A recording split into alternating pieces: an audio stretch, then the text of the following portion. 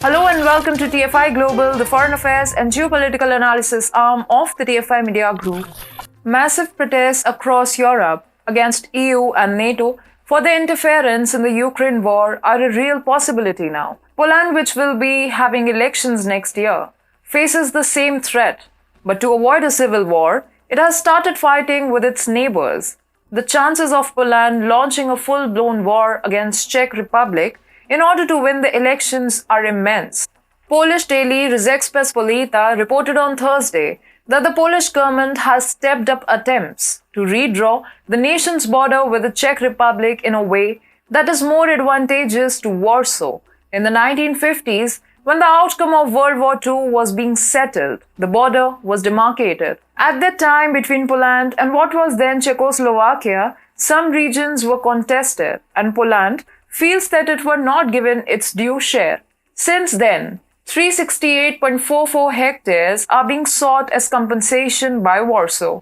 In 1992, a Polish-Czech panel was formed to handle the dispute after the foreign ministers of the two nations agreed to resolve the claims, but only a little progress was achieved. In 2005, Poland rejected the offer of financial reparations made by the Czech government.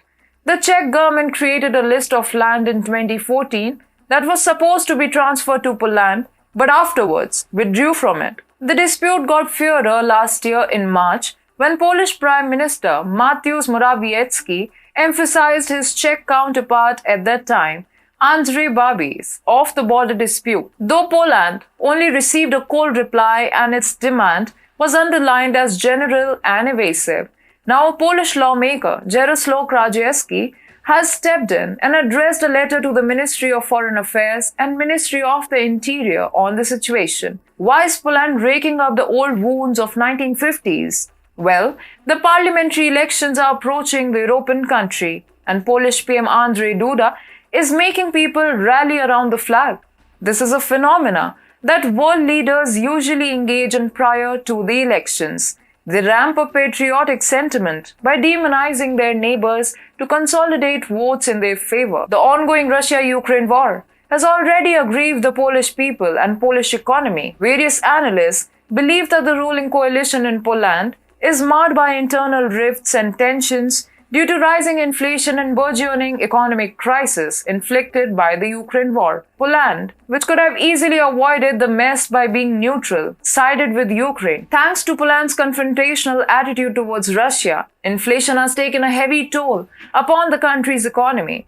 The inflation rate unexpectedly increased from 15.6% in July to 16.1% in August to a new 25-year high. Due to this, the central bank increased its benchmark interest rate for 6 months straight, from close to zero in fall to 6.5% today. Further, disruptions in supply chains, low consumer confidence, and austerity measures weigh on output due to Ukraine war.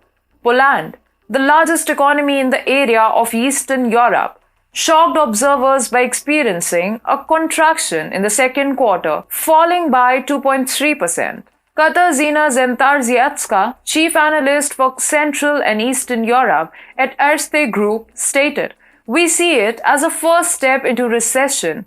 Duda is scared that these economic woes are going to play a vital role in sealing his fate in the next year elections. Therefore, he's arising jingoism among the populace. And this is not the first time. Poland lately has upped its ante against European Union and gave blood-curdling warning to Brussels. We'll point cannons at you. Poland is demanding Brussels to release 35 billion euros in grants and loans from the EU pandemic relief program. Additionally, Poland also demanded a whopping $1.3 trillion from Germany as compensation for the losses of World War II. Also, the migrant crisis has led to deep dissatisfaction among the Polish citizens. According to estimate by The Conversation, ordinary Polish residents spent more than $2 billion to the war effort in the first 3 months. Several polls warned that they are at a breaking point as they aided Ukrainian migrants.